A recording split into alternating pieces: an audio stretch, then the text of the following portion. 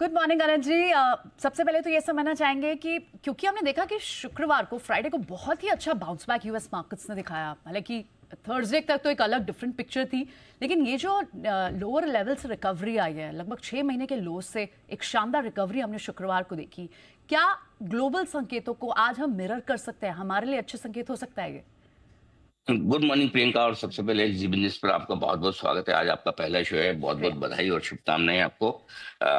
उम्मीद करते हैं कि आपकी जी बिजनेस की इनिंग बहुत ही आपके लिए अच्छी और कह सकता हूँ कि बढ़िया आपको सेटिस्फेक्शन देने वाली रहेगी।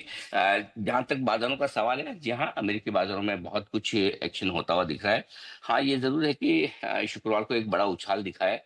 4 दिन तक लगातार गिरने के बाद नेस्डेक में एक अच्छी रिकवरी आती हुई दिखी है। लेकिन अमेरिकी बाजारों में अभी तक क्लियर कट आप ये समझ के चलिए कि ट्रेंड अभी तक क्लियर कट तेजी का बना नहीं है। इनफैक्ट है ट्रेंड वहां पर कमजोरी का ही। बीच बीच में आपको बाजार में ओवरसोल्ड होने की वजह से उछाल आते हुए दिखते हैं और उसके बाद अमेरिकी बाजार से रिएक्शन देते हैं। देखिए आप, सबसे बड़ी चीज है गोल्ड, जो $3,000 के आसपास लाइफ हाई पर पहुंच रहा है। अब ट्रम्प साहब ने नया टैरिफ वॉर यूरोप के सामने छेड़ने की कोशिश की है।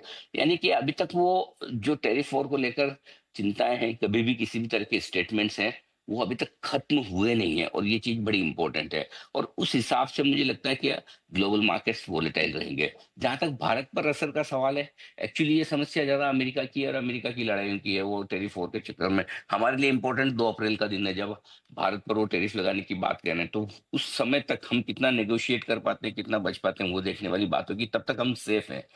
जो ज्यादा इंपॉर्टेंट ट्रिगर भारतीय बाजारों के लिए है, वो हमारे अपने घरेलू ट्रिगर्स है। और उसमें सबसे बड़ा ट्रिगर ये है कि एफआईएस का एक्शन भारतीय बाजारों में किस तरह से रहता है।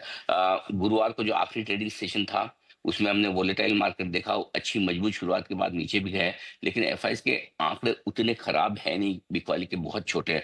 तो मुझे लगता है कि गिफ्ट निफ्टी जो आपको बड़ा एक्शन दिखा रहा है, वो अमेरिकी बाजारों की उछाल का थोड़ा कम है। मान लीजिए 40-50 पॉइंट अमेरिकी बाजारों की उछाल की वजह से। और बाकी जो तेजी बनती हुई आपको दिख रही है, 50-75 पॉइंट की अगर ऊपर बनती है, वो एफआईएस की डेटा के दम पर बनती हुई दिखेगी। तो मुझे लगता है हमारे लिए आज के लिए भी इस हफ्ते में जो बड़े ट्रिगर्स होंगे वो लोकल ट्रिगर्स ही होंगे जी। बिल्कुल। सबसे पहले तो शुक्रिया अनिल जी, काइंड वर्ड्स के लिए, स्वागत के लिए बहुत बहुत शुक्रिया। तो यानी ये जो संकेत हैं, इन्हें हमें will have to go by the year, देखना होगा कि किस तरह से तेजी, ये जो ग्लोबल संकेत है, हमारे लिए पैन आउट होता है। लेकिन अब ट्रेडर्स इस वक्त क्या करें? बहुत उम्मीदें लगा के बैठे होंगे, क्योंकि जो गिफ्ट निफ्टी इस वक्त पिक्चर बना रहा है, लगभग 134 पॉइंट की तेजी दिखा रहा है।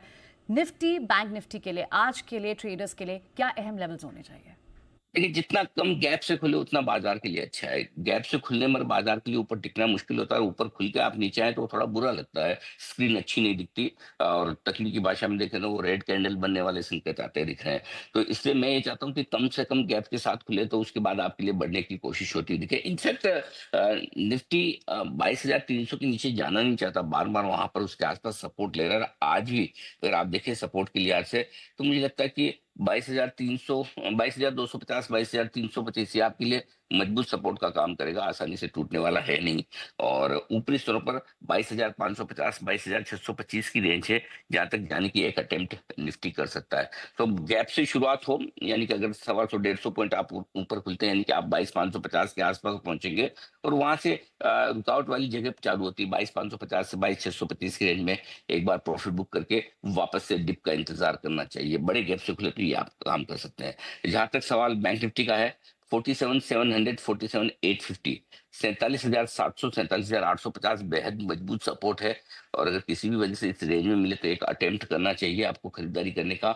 ऊपर में 48,375, 48,575 वो रेंज है जहां पर आपको प्रॉफिट बुकिंग आती हुई दिख सकती है। एक नया हफ्ता है और चूंकि पॉजिटिव नेट नोट पर शुरुआत हो रही है, बस आपको एक ही चीज चाहिए, एक मजबूत क्लोजिंग मिल जाए। अगर आज के सेशन में जो निफ्टी पर अगर 22,550 के ऊपर की मिले क्लोजिंग, तो काफी बढ़िया होगा। इनफैक्ट जहां खुले हो उसके आसपास, उसके ऊपर या डे हाई के आसपास बंद हो, तो फिर इस हफ्ते के लिए संकेत तो आपके लिए बेहतर होते हुए दिखेंगे। लेकिन ओवरऑल ठीक है, ग्लोबल चिंताएं हमारे लिए कम है।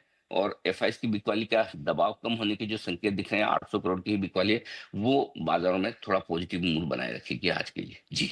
चलिए, यानी बड़ा संकेत, क्योंकि एफआईएस की सेलिंग थोड़ी कम थी शुक्रवार को। लेकिन अब भी जिस तरह से अनिल जी आप बता रहे हैं, शुक्रिया बहुत बहुत ये लेवल्स बताने के लिए। यानी कहीं ना कहीं आपको अब भी वेट एंड वॉच की स्ट्रैटेजी अपनानी होगी। इनफैक्ट अनिल जी क्लियरली कह रहे हैं कि 22,500 के बाद आपको डिप